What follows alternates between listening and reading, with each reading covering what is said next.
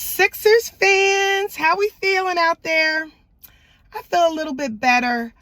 I think for me, the hardest part about that loss on Monday night was carrying the frustration for 3 days, like all this week.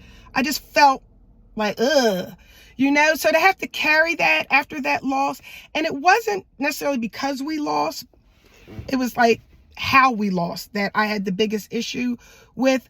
To me, it was the worst game I've seen us play. And I think it was a lack of effort. And, it's not the team that we all saw, that was playing when we were up 3-0. So it's like, I don't even recognize this team. And I don't know what team is going to show up in game 6. So I'm hoping that was a wake-up call for us, and then we come into game 6 looking at it as if it's an elimination game, because for me, that's how high the stakes are to win this game. We cannot take this game lightly. We have to go in Toronto and set the tone very early on and come out aggressive and come out of Toronto with a win. I don't want a game 7. I am haunted by the ghosts of game 7 pass with Kawhi with the quadruple doink, and last season's game 7 in front of the fans. I was there. It's so disappointing with game 7, and especially considering we were up, we're up 3-0. So to lose this series would be devastating, and we have to win tonight.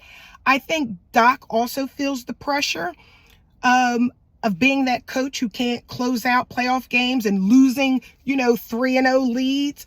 So I think he, along with his coaching staff, will be prepared and have our guys ready. But at the end of the day, the coaches can only do but so much. Our players have to go out there and execute.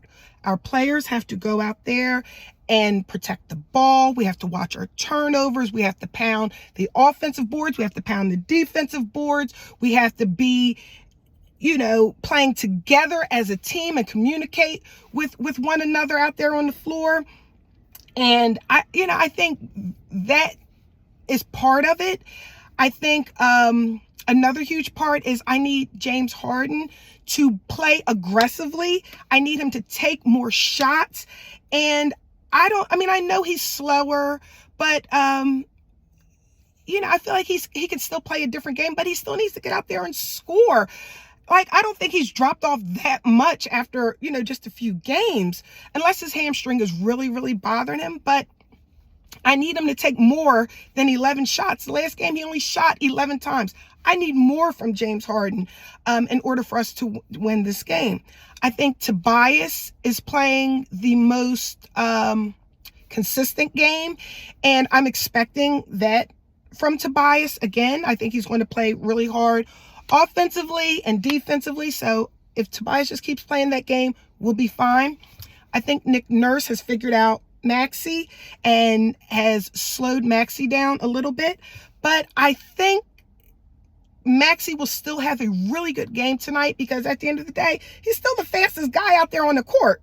So I think he'll get his, and he knows what's on the line. I think Maxey's going to have a really good game tonight. Danny Green is familiar with the arena and the fans, and he's been playing. He's stepped up a lot and has even surprised me in this series.